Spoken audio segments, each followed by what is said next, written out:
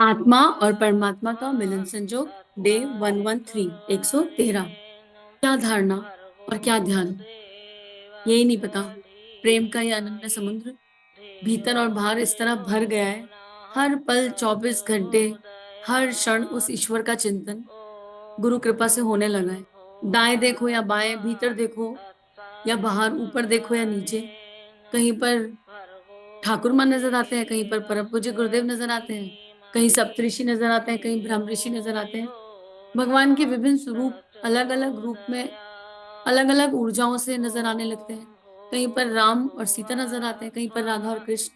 और क्यों नजर आते हैं? ताकि हम उनका चिंतन कर सके, अर्थात उनके गुणों का चिंतन कर सके, उनके दिव्य जीवन को अनुभव कर सके, उसको जान सके। और एक आशा से वो हमें देखते हैं, एक आशा से। और वो उस आशा में यही कहते हैं, अपने को पहचानो, अपने को जानो, तुम और हम एक ही हैं, मैं ही तुम हो, तुम ही मैं हो, और फिर मैं और तुम नहीं, फिर हम ही हम हैं, और वो ईश्वर है। और गुरुदेव हमें इस स्वाध्याय के, इस स्व के अध्ययन, इस आत्मा के अध्ययन के माध्यम से बस उसी निकटता की तरफ ले जा रहे हैं। अध्यात्म का मतलब ही होता है आत्मा के निकट। तो गुरुदेव हमें हर छोटे छोटे कदम रखवा रहे हैं और सूक्ष्मतम लेयर्स हटा रहे हैं अंदर की। जाने कितनी वृत्तियां हैं, कितनी इच्छाएं हैं, कितनी लेयरिंग है, उनको हटा रहे हैं स्टेप बाय स्टेप। तो आइए मानसिक जप के रूप से, जप के भाव से भगवान के उस दिव्य रूप स्वरूप का चिंतन करें। आत्मा को परमात्मा से और परमात्मा को आत्मा से एक होने दें। हम कर नहीं पाएंगे, लेकिन एक होने दें। ढीला छोड़ दें खुद को, पूरी तरह ढीला छोड़ दें, ताकि बिल्ली अपने बच्चे को मुंह में पकड़ ले। देखो, बंदर का बच्चा है, एक है बंदर का बच्चा, बंदर के बच्चे को, बंदर को कस के खुद पकड़ना पड़ता है। तो अगर हम ईश्वर का हाथ पकड़ेंगे तो छूट सकता है, क्योंकि हमारे पास ना बहुत सारे खिलौने हैं, इतने सारे खिलौने हैं, छूटने की संभावना है। तो स्वयं को ढीला छोड़ दे, ईश्वर हमारा हाथ कस के पकड़ ले, और फिर हम प्रार्थना करें, जो गायत्री मंत्र में प्रार्थना है, बल पूर्वक सद्बुद्धि की ओर ले चलो। फिर ये कहें, भगवान अब आपने हाथ पकड़ा है, हम जितना मर्जी हाथ छोड़ाएं, आप छोड़ना मत। हमें बिल्कुल भरोसा नहीं है अपने ऊपर, हम कुछ भी गड़बड़ कर सकते हैं। होता है ना, बच्चों को घुमाने ले जाते हैं मॉल में, इधर उधर, बच्चे कितना भागने की कोशिश करते हैं, पर हम ऐसा माता पिता के अपनी संतान को छोड़ पाते हैं? कितना ही जिद कर ले, मजाल है, उसके लिए साम दाम दंड भेद सारे रास्ते अपनाएंगे, पर बच्चे हमसे खो ना जाए, बिछड़ ना जाए। और कभी कभी खेल खेल में थोड़ा सा छोड़ देंगे, उनकी लीलाओं को देखेंगे खेलते हुए, अच्छा भाग गया, देखो ये भागा, ये भागा। लेकिन जैसे ही आंख से ओझल होगा, या जैसे ही एक पर्टिकुलर परिधि से थोड़ा दूर जाएगा, भाग कर जाकर बिल्ली अपने बच्चे को पकड़ लेगी। तुरंत जाकर हम अपने बच्चे को छाती से लगा लेते हैं, कहाँ चले गए, नहीं नहीं नहीं, वापस आ जाओ। ऐसे ही वो ईश्वर है, वो ईश्वर हमारे साथ खेल खेल रहा है, और अब उसने हमारा हाथ कसकर पकड़ लिया है। अब आज की धारणा ये है कि हम मुस्कुरा रहे हैं, आनंद से, प्रेम से। ये मुस्कुराहट भीतर से आ रही है, क्योंकि जिधर भी देखे हमारे भगवान मुस्कुरा रहे हैं। उनको मुस्कुराता हुआ देखते हैं तो मुस्कुराहट आ जाती है। प्रेम का अमृत भीतर भर गया है, इतना ज्यादा भर गया, इतना ज्यादा भर गया है कि वो छलकने लगा है। और छलक के कहाँ कहाँ जाएगा हमको नहीं पता, हमारे को उसकी दिशा नहीं पता, अपने आप चला जाएगा जहां जाना होगा। और अपने हाथों में देख लीजिए, ऐसा लगेगा जैसे सीधे हाथ को भगवान ने कसकर पकड़ लिया, कसकर, और फिर अपनी गोदी में उठाया और उल्टे हाथ से हमने उनके कमर पे हाथ रख दिया। अब हम चिपक गए उनसे, और आज का स्वाध्याय इसी तरह उनसे चिपके हुए चल रहा है, और मानसिक जप चल रहा है। पिछले स्वाध्याय में गुरुदेव ने बताया कि अध्यात्म की दिशा एकदम उल्टी हो गई। जो अध्यात्म का सही स्वरूप था वो बिसर गया, वो भूल गए, हम कर्म कांड में उलझ गए, और कर्म कांड के जो उद्देश्य थे वो उद्देश्य गड़बड़ा गए। कर्मकांड का उद्देश्य भगवान की न्यायकारी सर्वव्यापक सत्ता को याद दिलाना था, लेकिन हम वो भूल गए, और हम केवल बह से पूजा करने लगे, और इच्छाओं की पूर्ति के लिए अनुष्ठान, साधना, जप तप करने लगे। और हम भगवान को समझाने लगे, भगवान इसकी नौकरी लगवा दो, भगवान इसको स्वस्थ कर दो, भगवान इसके बच्चा पैदा हो जाए, भगवान हमारी शादी नहीं हो रही, हमारी शादी हो जाए, भगवान ऐसा हो जाए, भगवान वैसा हो जाए। हमने भगवान को एक एटीएम मशीन टाइप मान लिया, एनी टाइम विश मशीन, कि जब जो इच्छा चाहिए, इच्छा आ गई, जाओ भगवान के पास जाओ, और इतनी माला इतने दिन कर लो, इच्छा पूरी हो जाएगी। और ये इस कारण से जो अध्यात्म का सही स्वरूप है वो बिगड़ गया। अब बालक है, मांगेगा तो भगवान दे देते हैं, चल ठीक है भाई, तेरी इच्छा है, ले ले जो तुझे चाहिए, इस आशा में कि कभी तो इन्हें समझ में आएगा कि सत्य क्या है, कभी तो ये अनुभव में होगा। अब उसी को गुरुदेव आगे बढ़ा रहे हैं, और आगे समझा रहे हैं कि संसार को स्वप्न, माया, बंधन, भव सागर कहकर अपने कर्तव्यों की उपेक्षा करना भी सही अध्यात्म नहीं है। सही अध्यात्म ये है कि हम अध्यात्म के बीच में संसार जिए। अरे रहकर दिखाओ, शेरों का काम है रहना। अपनी सारी जिम्मेदारियों को आत्मभाव से निभाएं। किसी को छोड़ के जाने की जरूरत नहीं है। अगर भगवान को हमको हिमालय पर रखना होता ना, तो गृहस्थी देते ही नहीं, हिमालय पर ही रख लेते, जन्म ही वहां पर होता। तो जैसा जन्म मिला है उसको स्वीकार करें। उसी माहौल में हमारे पास जो भी परिस्थितियां हैं, हमारे पास जो भी संभावनाएं हैं, आसपास जो भी सपोर्ट हमारा है, उसी में रहकर अगर मुझे एक प्रोजेक्ट बनाना है, तो मैं ये ना गिनूं कि इस प्रोजेक्ट को बनाने के लिए मेरे पास क्या क्या सामान नहीं है। आई शुड सी कि मेरे पास क्या क्या है, और जो मेरे पास है इसी में मुझे ये करना है जो गुरु की इच्छा है हमारे कल्याण के लिए। हम ये ना सोचे हमारे पास क्या नहीं है, तो अपने आप ये यात्रा होने लगेगी। अब गुरुदेव लिख रहे हैं, देव शक्तियों से लोग अपने में देवत्व के अवतरण की मांग करते हैं। उनकी विशेषताओं, प्रेरणाओं एवं महानताओं को अपने में जागृत करने की आशा रखते हैं, तो देव पूजन का प्रयोजन सिद्ध होता है। पर अब तो लोग देव पूजन इस शर्त पर करते हैं कि हमारी अमुक मनोकामना बिना पुरुषार्थ किए अथवा योग्यता उत्पन्न किए बिना अथवा योग्यता उत्पन्न किए ही देव कृपा से अनायास ही पूरी हो जाए। आमतौर से लोग धन, स्वास्थ्य, विवाह, पुत्र, परीक्षा में उत्तीर्ण, नौकरी, शत्रुनाश, विपत्ति निवारण जैसी मनौतियां देवताओं से मांगते हैं, और इसके लिए रिश्वत के रूप में कुछ पूजा पत्री अर्पित करते हैं। इसी विकृति का परिणाम यह हुआ कि लोग अपनी योग्यता बढ़ाने एवं पुरुषार्थ करने में जो प्रयत्न करना होता है, उन्हें छोड़कर प्रारंभी होते चले गए, और उन्हें दीन दरिद्र रहना पड़ा। उल्टी और विकृत मान्यताएं किसी को कुछ लाभ नहीं दे सकती, केवल दुर्बलता और हानि ही प्रस्तुत करती है। अब ये पैराग्राफ ऑलरेडी गुरुदेव एक्सप्लेन कर चुके हैं। ये पैराग्राफ में ये लिखा है, ये तो पता नहीं था, पर जब पढ़ रहे हैं तो पता चला ये तो ऑलरेडी बोल चुके, ये एक्सप्लेन हो गया। तो हमने आज तक जितनी भी अनुष्ठान साधनाएं लॉलीपॉप कॉपी के लिए करी है, उनके लिए जरा क्षमा मांगने का समय आ गया। भगवान भूल हो गई, भगवान गलती हो गई, अब ये गलती दोबारा ना हो। भगवान से कहें अब ये गलती, ये भूल दोबारा ना हो। अब गुरुदेव इसमें बता रहे हैं कि अगर हम भगवान से क्या मांगते, भगवान से कहते भगवान हमारे भीतर ज्ञान की गंगा, प्रेम की गंगा, भक्ति की गंगा बहा दो। अगर हम ये कहते ईश्वर से तो बात बनती। अगर हम कहते अपने दुख में साझेदारी दे दो, अगर हम कहते हैं कि इतने दिव्य महान संत हुए हैं, उनके जीवन से हम प्रेरणाएं ले, उनकी विशेषताओं को अपने हृदय में, अपनी आत्मा में हृदयगम करें, तो प्रार्थना दिव्य होती, तो प्रार्थना का एक दिव्य स्वरूप होता। लेकिन हम ये तो कह ही नहीं रहे। हम तो कह रहे हैं, क्या कह रहे हैं हमें पता है, अपने अंदर की कॉपी खुद जांच लो। अब अध्यात्म का तात्पर्य है आत्मा की परिधि का विस्तार। आत्मा की परिधि का विस्तार, अपने अहम को, स्वार्थपरता की संकीर्ण परिधि को विश्व मानव के लिए, परमात्मा के लिए उत्सर्ग कर देना, यही आत्मिक प्रगति का चिन्ह है। आत्मा की परिधि के विस्तार का क्या मतलब है? देखो, जिसकी वसुदेव कुटुंबकम, लेकिन ये शुरू छोटे से होता है। पहले मैं और मेरा से बाहर आएंगे, मतलब मैं और मेरा परिवार नहीं, अपने कुटुंब तक जाएंगे। अब सारा परिवार अपना है। हमारे घर परिवार में अगर किसी को कोई समस्या है, किसी के सुख के साथी है या नहीं, दुख के साथी बन जाएंगे। और दुख के साथी भी देह भाव से नहीं बनेंगे, आत्म भाव से बनेंगे। और उसका बन पाएंगे भाई, बंजर जमीन पर हम कितनी कुदाल मार सकते हैं, है ना? तो परम पूज्य गुरुदेव का डिपार्टमेंट है। लेकिन विस्तार हो जाएगा कि बुआ के बच्चों के, चाचा के बच्चों की, बुआ हो, चाची हो, नानी हो, दादी हो, जो ये परिवार है, बड़ा सा कुटुंब है, इसके प्रति आत्मीयता। उसके बाद ये आत्मीयता का विस्तार होगा अपने आसपास सोसाइटी के प्रति। सोसाइटी में कुछ ढंग का कर लें, सोसाइटी में कुछ अनुचित हो रहा है तो उसको देख लें, उसके प्रति हम क्या कर सकते हैं। और आत्म विकास तो करना ही है।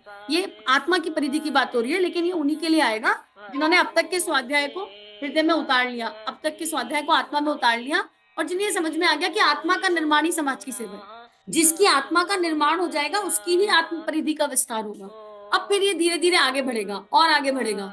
अब जैसे गुरुदेव को देख लो, स्वामी विवेकानंद को देख लो, भगत सिंह को देख लीजिए, उनकी आत्मा की परिधि का विस्तार इतना हो गया कि तिरंगे पर जाकर रुका, सीधा विश्व माता, वेद माता पर रुका। परम पूज्य गुरुदेव की आत्मा की परिधि का विस्तार इतना हो गया कि पूरे विश्व को अपना बच्चा, अपनी संतान मान लिया। तो जिसकी आत्मा की परिधि का जितना विस्तार होगा, वो उतनों तक अपने आप उसका ऑरा पहुंचने लगेगा, ऑटोमेटिक होगा ये। पर ये हमको नहीं देखना कि हमारी आत्मा की परिधि का विस्तार कहाँ हुआ। अगर हम ये देखने बैठे तो कहीं ना कहीं हम लोकेशना को पोषण दे देंगे। लेकिन हमको इस दिशा में चलते रहना है। और वो पता कैसे चलेगा? आत्मा की परिधि का विस्तार होता है तो बहुत दर्द होगा। क्यों दर्द होगा? अपने अहम को पल पल गलना पड़ेगा। कहीं कहीं हम अपने आप को कहेंगे अरे ऐसे थोड़ा ना हो रहा है, भगवान ने कहा स्वाभिमान की रक्षा करो। इस यात्रा पर कोई स्वाभिमान नाम की चीज नहीं है, कुछ भी नहीं है। इस यात्रा पर बस एक ही चीज है, प्रेम, और वो भी केवल ईश्वर से।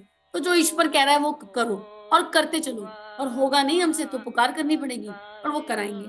तो अपने अहम को स्वार्थपरता की संकीर्ण परिधि से विश्व मानव के लिए, परमात्मा के लिए उत्सर्ग कर देना, यही आत्मिक प्रगति का चिन्ह है। अगर चिन्ह देखना है, मान लो आप किसी को बार बार बता रहे हो, अरे ये बुक बड़ी अच्छी है, इसको पढ़ लो, ये बुक बड़ी अच्छी है, इसको पढ़ लो।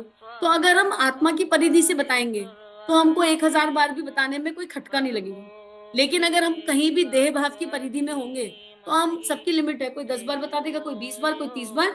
उसके बाद एक धारणा आ जाएगी, इनको बताने का कोई फायदा नहीं है, इतनी बारी तो बता दिया, इनसे होता तो है नहीं, करते तो है नहीं, 4 बात और बनाते हैं, हमारे बारे में 4 बात और सोचते हैं। तो ये आत्मा की परिधि से बताया ही नहीं था। ये कहीं ना कहीं कार्यकर्ता भाव से बताया कि हम गुरु का कार्य कर रहे हैं, और क्योंकि हमारे 30 बार, 40 बार, 50 बार कहने पर सामने वाले ने नहीं माना, सामने वाले ने नहीं माना, तो इसका मतलब वो गलत है, बन गई धारणा। ये आत्मा की परिधि नहीं है। आत्मा की परिधि मौन रहती है, किसी से कुछ नहीं कहती, और जब भगवान भोपू के जैसे बजवाता है तो बजती चली जाती है, पर उसे फिर उसका काउंट नहीं पता होता। जितनी बार भगवान चाहेंगे उतनी बार बजेगी, उतनी बार बजेगी। ये एक्सपीरियंशियल है, इसको जितना एक्सपीरियंस करेंगे उतना समझ में आएगा।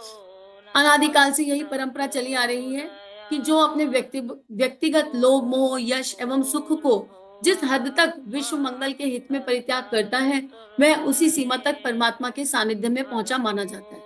अपने व्यक्तिगत लोभ मोह, हमारे व्यक्तिगत लोभ मोह क्या है, नोट कर लीजिए। आज की डेट में हमारे लोभ मोह क्या है, इस पल हम सबको पता है, बिल्कुल सत्य के साथ निष्पक्ष जांच।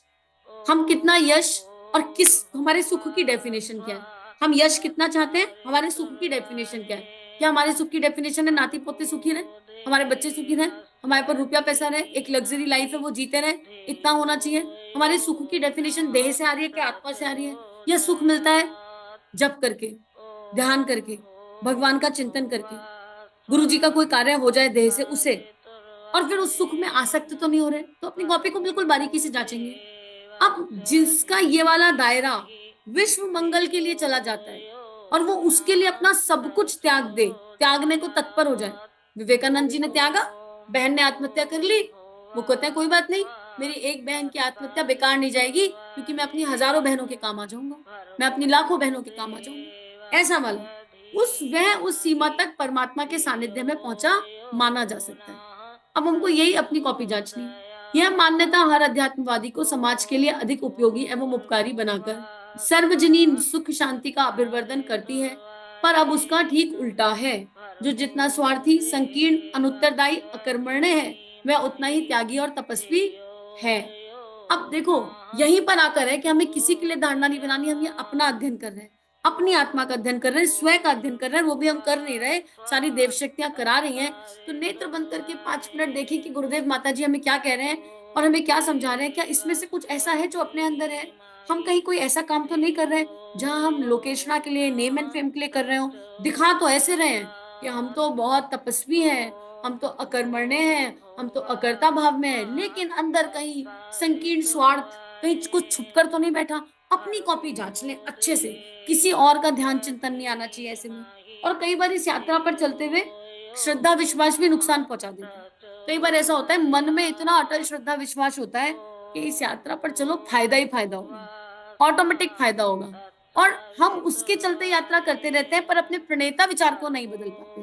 प्रणेता विचार ये कह रहा होता है तो हिती, गुरुदेव माता जी नुकसान तो कुछ कर नहीं सकते, ईश्वर हमारा कोई नुकसान तो करेगा नहीं, और हम इसलिए चल रहे हैं। तो कारण में तो हम स्वार्थ के लिए चल रहे हैं, पर दिख ये रहा है कि हम बड़ी दिव्यता से चल रहे हैं, बड़ी हाई एनर्जी से चल रहे हैं। वो चेकिंग हमको करनी पड़ेगी, एक माइन्यूट चेकिंग है। इसलिए शरणागति और पुकार, भगवान के चरणों में बैठ जाओ, कह दो भैया हमसे ना जचती हमारी कॉपी, तुम देख लो, और हम तो मान रहे हैं, हर वाणी से तुम ही बोल रहे हो। और जब जब प्रेम, संवेदना, करुणा के विपरीत कोई भी भाव आ जाए, तब तब समझ लो टाइम टू रीस्टार्ट, गाड़ी गड़बड़ हो गई। अब कितनी गड़बड़ हुई ये भी हमको नहीं देखना। एक गाड़ी गड़बड़ होती है तो कई बार केवल टायर पंचर होता है, कई बार इंजन गर्म हो जाता है, कई बार थोड़ा स्टीयरिंग का अलाइनमेंट इधर उधर हो जाता है, तो वो माइनर गड़बड़ भी हो सकती है, उसमें हमको उलझने का नहीं है कि कितनी गड़बड़ हुई, लेकिन गाड़ी तो गड़बड़ हुई। तो वो एक चेक है इसकी। उसके बाद सबके सुख दुख को अपना सुख दुख समझकर आत्म सुख, लोक मंगल में गुला देने की प्रवृत्ति, अब तक अध्यात्मवादियों में दिखाई नहीं पड़ती, वरन लोग अपनी भौतिक सुख सुविधाओं की अभिवृद्धि के लिए ईश्वर सहायता की याचना कामना किया करते हैं और उसी तराजू पर देवी कृपा या अकृपा का अपनी पूजा पत्री की सफलता असफलता का मूल्यांकन करते हैं। भगवान कोई एटीएम मशीन नहीं है, लेकिन बहुत दुख की बात है कि भगवान को वही बना दिया है और फिर कहते हैं ये वाली भगवान जी काम की नहीं है, संतोषी माता काम की नहीं है, वैभव लक्ष्मी कर लेते हैं, वैभव लक्ष्मी काम की नहीं है, काली माता कर लेते हैं, काली माता काम की नहीं है, शिव जी ज्यादा बेटर है, शिव जी की पूजा कर लेते हैं। अरे नहीं यार, शिव जी से भी मजा नहीं आया, रिद्धि सिद्धि तो गणपति जी के पास है, इनकी पूजा कर लेते हैं। अरे नहीं नहीं, महालक्ष्मी सबसे बड़ी है, ओहो महासरस्वती सबसे बड़ी है। पूरा जीवन भगवान की चॉइस बिताने में बिक जाता है, क्योंकि इच्छाएं कभी खत्म ही नहीं होंगी, कभी भी खत्म नहीं हो सकती, जा ही नहीं सकती।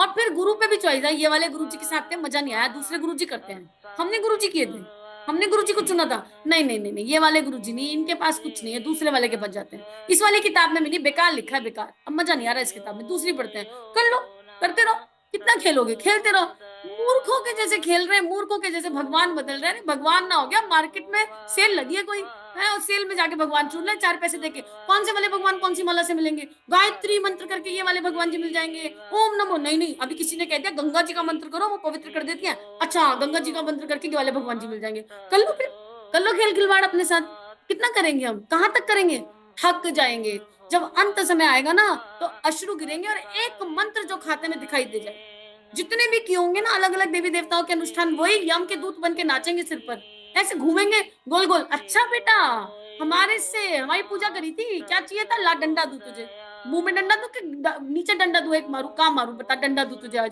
ऐसा भगवान ना रोज पिटाई लगाएंगे, पता चल जाएगा, जैसे अपने बच्चों की कभी कुटाई पिटाई करी होगी हमने, सब नहीं करी होगी, एक आध बार अपने बच्चों पे सभी ने हाथ उठाया है। भगवान को ऐसा खेल बना दिया है, मिथ्या खेल, और फिर दूसरों को भी बताते हैं, अरे तुम वैभव लक्ष्मी के 21 व्रत कर लो, और उसमें एक मजे की बात है, कॉन्टिन्यूएशन की जरूरत नहीं है, 21 करने हैं ना, अगर किसी फ्राइडे तुम अपने घर पे नहीं हो, किसी और के घर पे हो, तो छोड़ दो उसको, अपने घर में रहोगे तो कर लो, अपनी सहूलियत से नियम कायदे कानून बना लिए, बताओ क्या करें। संतोषी माता के व्रत में खटाई खा ली अगर, तो बेटा अब संतोषी माता काली माता बन के तो गला काट देंगी। अरे भैया समझ लो यार, क्या क्या खेल खेल रहे हैं। संतोषी माता इतनी खा ली है ऊपर कि उनके पास कोई काम नहीं है, तुमने खटाई खाई तो तुम्हारी जीभ पर आकर चेक करेंगी, तुम्हारे पेट को ऑपरेशन करके देखेंगी खटाई कहाँ है, फ्राइडे को खटाई खाई कैसे, मेरा व्रत किया खटाई अंदर गई कैसे, ला इसका पेट काटू, आज काली बनकर इसका गला काटू, खटाई खा ली इसने, बताओ, हद हो गई। और फ्राइडे के अगले दिन हम अभक्ष्य बनाएंगे, फ्राइडे को तो संतोषी माता का व्रत था तो हम खटाई भी नहीं खाएंगे, अगले दिन अंडा बनाएंगे, और किचन में क्या कट रहा है उसका पता ही नहीं। फिर संतोषी माता को नहीं दिख रहा, वो तो केवल फ्राइडे के दिन जागृत होती है, बाकी दिन तो वो सो रही होती है, उनके पास कोई काम धंधा नहीं है, वो फ्राइडे को उठ के बैठ जाती है संतोषी माता फ्राइडे। फिर संतोषी माता फेल हो गई फ्राइडे में, अब वैभव लक्ष्मी, अब महालक्ष्मी फ्राइडे को जाग गई, अरे वाह वाह, दूसरी वाली मम्मी सो गई, दूसरी वाली मम्मी जाग गई, पे यार। तो गुरुदेव दुखी भी है और हंस भी रहे, दुख बहुत है गुरुदेव का, ईश्वर का दुख है कि क्या करूं इन लोगों का, अतिशय दुख है, लेकिन साथ में हंस भी रहे कि क्या करूं इन लोगों का। मतलब एक किंकर भगवान को हमने उस स्थिति में लाके बिठा दिया कि भगवान ही नहीं समझ पा रहे कि ये हो क्या गया, व्हाट इज हैपनिंग, और इसको ठीक कैसे करूं, इतना बिगड़ गया, इतना बिगड़ गया कि ठीक करने का रास्ता भी नहीं मिल रहा। तो ठीक तो अपने को ही करना पड़ेगा, भगवान ने बता दिया ये कृपा है, अब कृपा है तो चल ले रास्ते पर ठीक करने के, और नहीं तो खेलना है तो खेल लो। आजकल कौन से भगवान चल रहे फैशन में, देख लो भीतर, आजकल हनुमान जी की पूजा चल रही है क्या, चेक कर लो आजकल कौन से चल रहे हैं। अरे कहीं तो स्थिर हो जाओ यार, कहीं तो रुके हम लोग, कहीं तो टिके हम लोग। तो वही गुरुदेव बता रहे हैं, अब पाप से बचने और डरने का शिक्षण देना अध्यात्म का प्रयोजन है। पर जब यह मान्यता चली कि अमुक नदी सरोवर में स्नान करके, अमुक तीर्थ की यात्रा करके, अमुक पुस्तक का पाठ करके पाप फल भोगने से छुटकारा मिल जाता है, तब से लोग पाप से डरने की आवश्यकता ही अनुभव नहीं करते। अब ये कल बताया था गुरुदेव ने, गंगा जी का एग्जाम्पल देकर, गंगा जी पापों को धो देती है, तो खून करके जाके गंगा जी की गोदी में बैठ जाओ, 100 खून माफ हो जाएंगे। तो गुरुदेव वही बात यहाँ समझाने की कोशिश कर रहे हैं कि हम डरते ही नहीं। अगर हमें डरना है, अगर हमारे अंदर भय है, मनुष्य को केवल एक ही चीज से डरना चाहिए, अपने किए हुए गलत कर्मों से डरना चाहिए मात्र, अपनी भीतर जन्मी अनुचित इंटेंशंस से डरना चाहिए। इसके अलावा इस संसार में किसी चीज से मत डरो, ईश्वर से भी मत डरो। ईश्वर सामने आ जाए तो तुम ईश्वर से एकदम 1 to 1 ऑन द टेबल, संवाद कर सको। भगवान जी चाय पियोगे? चाय पीना तो गुरुदेव ने ठीक ठाक बताया, थोड़ी सी पी लें, चलो बैठो, बताओ क्या गलती हुई उनसे। जब हमारा रिव्यू चल रहा हो ना, तो कॉन्फिडेंस के साथ अपने ईश्वर को अपना दोस्त मान के, जो भाव के साथ जी रहे हैं उसके साथ उसको डील कर सके। लेकिन अगर हमने गलत इंटेंशन से जीवन में कुछ किया है, तो वो इंटेंशन भूत बन के हमें सताएगी। हमें पता है, हमारा मन जानता है हमने क्या गलती कर रखी है, लेकिन समय है, उम्र मैटर नहीं करती। अभी भी पीछे की कॉपी जांच ले, लाइफ का रिव्यू कर ले, गलत इंटेंशन से आज तक क्या क्या किया और उसको भगवान के चरणों में रख दे, उन आत्माओं से क्षमा मांगे। चैनल पर एक ध्यान मिलेगा, यूनिवर्सल फॉरगिवनेस। केवल 17 मिनट का ध्यान है। 17 मिनट का ध्यान अगर 120 दिन कर लिया, 6 महीने कर लिया, चेतना में परिवर्तन आ जाएगा। करके देख लेना, अनुभव करे बिना समझ नहीं आएगा। और परिवर्तन का अनुभव 21 दिन में हो जाएगा। 21 डेज आपको पता चल जाएगा कि कितना उस ध्यान में गुरुदेव ने एनर्जी डाली है। यूनिवर्सल फॉरगिवनेस है, हर जन्म के किए गए अनुचित कर्म सामने दिखाई दे जाएंगे जीते जी। और क्षमा भाव इतना होगा कि अश्रु बहने लगेंगे। 17 मिनट में मैजिक होगा, और ये फॉर श्योर है, गुरुदेव की गारंटी है, करके देख लो, पता चल जाएगा। अब यहाँ गुरुदेव लिखते हैं, लोग पाप से डरने की आवश्यकता अनुभव नहीं करते, सोचते हैं थोड़ा सा व्यय करके पाप के फल से बचा जाएगा, कर्म कांड करके दुष्कर्म से के दंड से छुटकारा पा लेंगे, और फिर कुकर्मों का आकर्षण, लाभ, मोह क्यों छोड़ा जाए। पाप के दंड से बचने की मान्यता केवल अनैतिकता का ही अभिवर्धन करेगी, और उससे अनाचार एवं विग्रह और विक्षोभ भी बढ़ेगा। इससे होगा क्या, हमारी वो हालत है, दिन भर हम ओवर ईटिंग करेंगे, दिन भर हम अभक्ष्य खाएंगे, इधर उधर का खाएंगे, पेट में जगह नहीं है फिर भी खाएंगे, रात को कहेंगे ई सब गोल आप कहाँ हैं आ जाओ, रात को कहेंगे कायम चूरन आप कहाँ हैं आ जाओ। तो कुछ भी कर्म करो और फिर कह दो अरे ये वाले अनुष्ठान करेंगे, ये वाली माला करेंगे, ये वाला जप करेंगे और पाप कर्मों से मुक्ति मिल जाएगी। अगर हम ऐसा सोच रहे हैं तो हम मूर्ख हैं। अब जाग जाए, हम इस मूर्खतापूर्ण सोच से अगर अभी बाहर नहीं आए तो कब बाहर आएंगे। और अगर सुनने के बाद इग्नोर कर दिया, और कुछ लोग ऐसे होंगे आधा ऑडियो सुन के डर जाएंगे, यार ये पूरा सुन लिया ना तो गड़बड़ हो जाएगी क्योंकि इस रास्ते पर चलना पड़ेगा। तो तुम ये सोचना तुम बच गए, आधा भी तुमने सुन लिया अगर कोई भी ऑडियो, और उसके बाद आगे केवल इसलिए छोड़ दिया कि इस रास्ते पर चलना पड़ेगा, तो भी तुमने अपने किए हुए कर्मों से मुंह मोड़ लिया और तुमने उस दिव्य दिशा का रास्ता छोड़ दिया जो तुम्हारे जीवन में आनी ही आनी है। ये स्वाध्याय अगर जीवन में पहुंचा है तो ये गुरुदेव की कृपा से ही पहुंचेगा, परमात्मा की कृपा से ही पहुंचेगा, और समस्त ब्रह्मांड की कृपा से ही पहुंचेगा।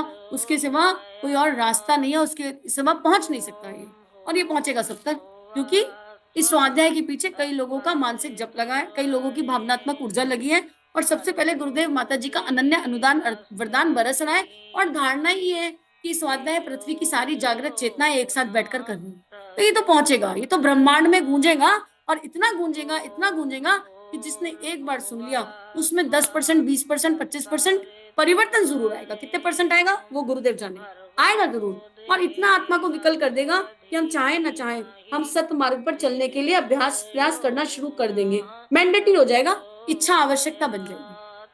अभी तो इच्छा है, पर वो इच्छा कन्वर्ट हो जाएगी जरूरत में, ऐसी जरूरत जो जीने नहीं देगी और जो सोने भी नहीं देगी जब तक श्रेष्ठ मार्ग की ओर कदम नहीं बढ़ाएंगे। और अगर ऐसा नहीं हो रहा तो इसे अफर्मेशन मान लेना। अगर आप इस स्वाध्याय सुन रहे हैं तो ये अफर्मेशन है कि हम सबके लिए एक अफर्मेशन है कि हम सब अब केवल अपने गुरु के लिए जिए, हम सब केवल शरणागत भाव से जिए, और केवल गुरु का यंत्र बन जाए, ऐसा यंत्र जिसे जैसे गुरु चलाना चाहता है वैसे चलाए। हमारे गुरु कौन है इससे भी लेना देना नहीं। गुरु एक मंडल है, गुरु एक तत्व है, गुरु एक दिव्यता है, गुरु एक ऊर्जा है। वो ऊर्जा जैसे हम सबकी देहों का, हम सबके मन का, चित्त का, भावनाओं का उपयोग करना चाहती है वैसे कर ले। बस ये एक भाव शरणागति का। और इसी के साथ आज के स्वाध्याय को गुरु चरणों में समर्पित करते हैं और अपनी लर्निंग्स पिक कर लेते हैं, अपने संकल्प उठा लेते हैं। सभी की दिव्य चेतना को कोटि कोटि नमन वंदन। इदम श्री सद्गुरुवे नमः, इदम श्री सद्गुरुवे नमः। हमारे YouTube चैनल को सब्सक्राइब कीजिए और बेल आइकन पर क्लिक कीजिए ताकि आने वाली सभी वीडियो की नोटिफिकेशन आपको मिलती रहे। आप सभी को बहुत बहुत थैंक यू।